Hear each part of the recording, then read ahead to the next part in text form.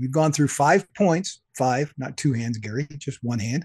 We've gone through 5 points of what our guests not only unpacked from their own stories, but offer to you, our listeners, as a roadmap for you to follow to move beyond your loss and to find gain in the wake of it. Point one, be patient. Point two, work to change what you cannot accept. Point three, understand there's room for your pain on the other side of your loss. Point four, intentionally cultivate joy as you continue to grieve. And number five, live as a good ancestor to those who come after you.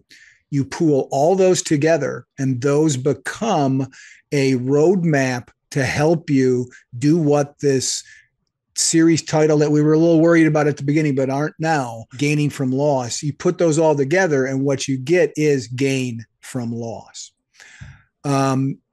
Any final thoughts, Warwick? We're already over time. What the heck? We can take another couple minutes if you have another thought before I close.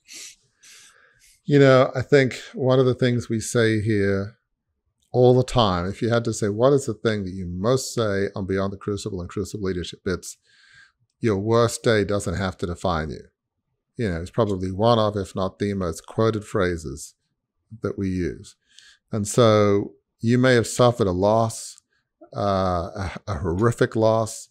You may be thinking about the holidays with grim trepidation, not hopeful anticipation. You might be like, oh my gosh, the holidays reminds me of everything I lost. I think of those so-called, families that seem to have it all, the idyllic Thanksgiving, the idyllic Christmas and New Year, and we're just a dysfunctional mess, or even if we're not, we're just grieving the loss of our mother and father, brother, sister, son, daughter. That may be your reality. And, I don't diminish the pain. We acknowledge it. I acknowledge it. But what we want to get across is your worst day doesn't have to define you. You don't have to be defined by loss. Each of our 5 guests were not defined by the loss. They found a way to use that loss for a higher purpose.